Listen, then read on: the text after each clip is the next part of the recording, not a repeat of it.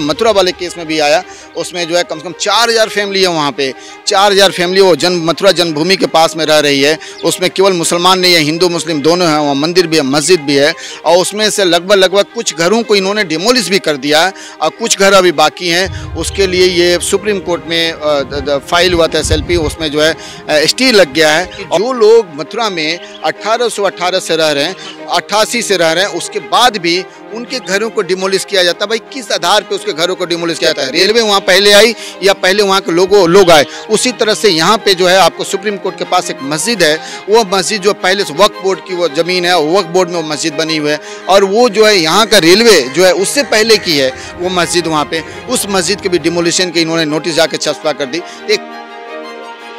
Court ने आज जो है उस पर जो है 10 दिन का स्टे लगाया है। जिस तरह से हल्द्वानी में हुआ था, हल्द्वानी में भी लगभग आपके वहाँ पे भी लोग आज़ादी से पहले वहाँ रह रहे थे, लेकिन वहाँ पे रेलवे के ज़मीन का ही लेके था जो कि उनकी ज़मीन थी।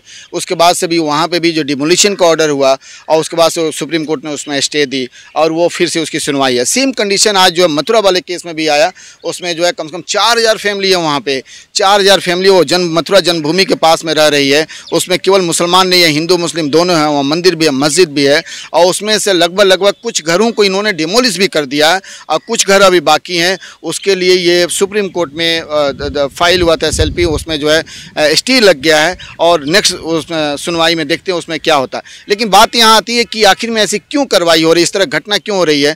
तो क्योंकि बीजेपी के पास कोई और मुद्दे नहीं है। बीजेपी के पास जानती है कि लोग जो हमसे रोजगार की बात करेंगे, ये जानती है कि हमसे लोग व्यवसाय की बात करेंगे, ये जानती है कि महिला सुरक्षा की बात करेंगे, ये जानती है कि अच्छे एजुकेशन और बाकी चीज़ों की बात करेंगे। तो ये जो उस मुद्दे से भटकाने के लिए इस तरह का कोई ना कोई कांड करते हैं। अब बात बताओ कि जो लोग मथुरा में 1818 से रह रहे हैं, 88 से रह रहे हैं, उसके बाद भी उनके घरों को डिमोलिश किया जाता है। भाई किस आधार पे उसके घरों को डिमोलिश किया जाता है? रेलवे वहाँ पहले आई या पहले वहाँ के लोग आए? उसी तरह से यहाँ पे जो है आपको सुप्रीम कोर्ट के पास एक मस्जिद है, वो मस्जिद जो पहले से वक्फ बोर्ड की वो ज़मीन है, वक्फ बोर्ड में वो मस्जिद बनी हुई है, और वो जो है यहाँ का रेलवे जो है उससे पहले की है वो मस्जिद वहाँ पे, उस मस्जिद के भी डिमोलिशन के इन्होंने नोटिस जाके छपा कर दी। तो एक्चुअली ये मंदिर और मस्जिद तोड़ने की बात नहीं आती है, यहाँ बात आती है देशवासियों, हिंदू मुसलमान यहाँ की बात नहीं है। बात है कि हिंदू हो चाहे मुसलमान हो, वो हिंदुस्तान की देशवासी हिंदुस्तानी है, वो भारतीय है, वो देशवासी है। तो यहाँ की जनता से उसे कोई मतलब नहीं है। वो चाहती है कि इसको तोड़ा जाए, इसको डिमोलिश किया जाए, इनको डेविएट किया जाए, और डिबेट करने के बाद से जो है इनको भटका के जो है मुद्दों से भटका दिया जाए। लेकिन यहाँ पे ये क्या है, सुप्रीम कोर्ट में एक यहाँ इस सुप्रीम कोर्ट में जो कि ये क्या बोलते हैं न्याय का मंदिर जो है, इस न्याय के मंदिर में एक जो भगवान रूपी जो है एक चीफ जस्टिस जो है चंद्रचूड़ साहब यहाँ बैठे हुए हैं, और जब तक वो हैं मुझे मालूम है कि इस देश में इस तरह की कोई भी गतिविधियाँ नहीं होगी, उस पर रोक लगाएंगे। आप देख लो अभी इन्होंने जो है इनका जो है ईडी वाले मामले में जो मिश्रा है उसको जो है सुप्रीम कोर्ट ने जो है इनको फिर एक्सटेंशन करने से मना कर दिया और कहा कि नहीं, आप जल्दी से जल्दी उसकी नियुक्ति की जाए। उसी तरह से चुनाव आयोग पर भी सुप्रीम कोर्ट ने उस पर नुक्ताचीनी की थी, एक नया बिल लाने को। तो ये गवर्नमेंट के लिए सुप्रीम कोर्ट कुछ नहीं है, जनता कुछ नहीं है। रेलवे कह रहा है कि ये जगह भी हमारी है।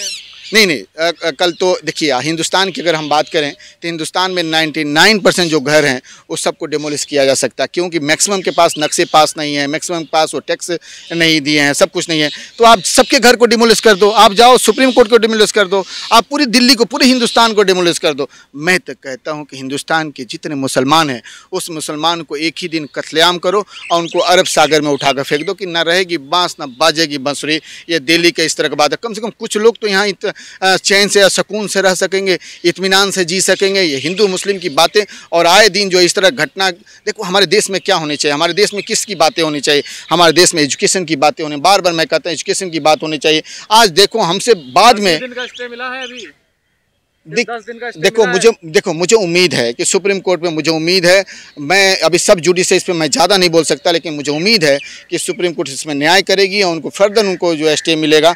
लेकिन मेरा ये कहना है कि ये देश जो है आज जो है हमारा देश इतना डेमोक्रेटिक, इतना बड़ा लार्जेस्ट देश है और इतना खूबसूरत है, ब्यूटीफुल कंट्री है, लेकिन आज यूरोपियन कंट्री हमसे आगे है, अमेरिका हमसे आगे है, बाकी देश हमारे यहाँ से, इवन गल्फ कंट्री हमसे आगे निकलते जा रहे हैं। छोटा छोटा ये श्रीलंका, बांग्लादेश भी हमसे जो है आगे निकलते जा रहा है। क्यों? इसलिए कि बाहर की कंट्री हमारे कंट्री में आके एक्सपोर्ट इंपोर्ट नहीं करना चाहती, यहाँ व्यवसाय सेटअप नहीं करना चाहती है, क्योंकि उनको शांति चाहिए। और शांति में व्यवसाय का विकास होता है, व्यवसाय जब विकास होता है तो नौकरी और का सृजन होता है, ये सब होता है। तो हमारा देश जो है इसी तरह से गर्त में चला जाएगा। यहाँ के युवाओं को जागना चाहिए। इस वाले केस को दूसरा हल्द्वानी बता रहे हैं, ऐसा क्यों? देखिए, इनके पास क्या है कि यहाँ पे जहाँ भी इनको दिखता है कि यहाँ मुसलमान है, जहाँ पे यहाँ दिखता है कि यहाँ पे मुस्लिम की मेजॉरिटी है, यहाँ पे इशू बनाया जा सकता है। तो एक्चुअली क्या है कि इनका उत्तर प्रदेश फंसा पड़ा है। योगी इनसे संभल नहीं रहा, योगी भी संभल नहीं रहा है, और मोदी से योगी नहीं संभल रहा है, योगी से मोदी नहीं संभल रहे हैं। दोनों में आपस में अंदर खटपट है कि भाई कौन पीएम बने, कौन पीएम बने।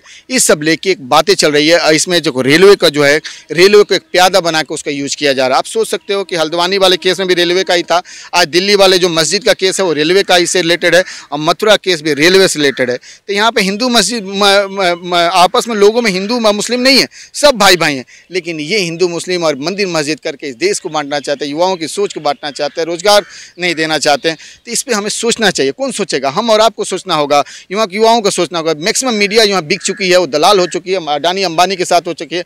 मुझे नहीं मालूम कि आप भी बीजेपी के हो या किसके हो, लेकिन मेरी बातों को मैं आपसे कहूँगा कि आप ऐसा ना करना।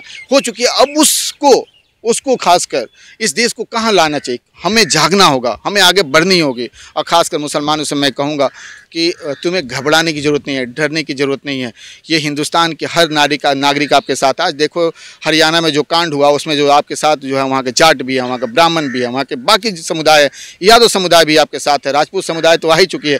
तो आपके साथ हर लोग आपके साथ हैं, और आप भी उनके साथ हैं। तो अपने आप को सही रास्ते में रहना, गलत नहीं जाना। और आपके लिए ये न्याय के द्वार जो है सुप्रीम कोर्ट खुला हुआ है। और जब तक खासकर चंद्रचूड़ साहब आपको विश्वास करना उस न्याय पे, और यहाँ के जनता पे आपको न्याय मिलेगा।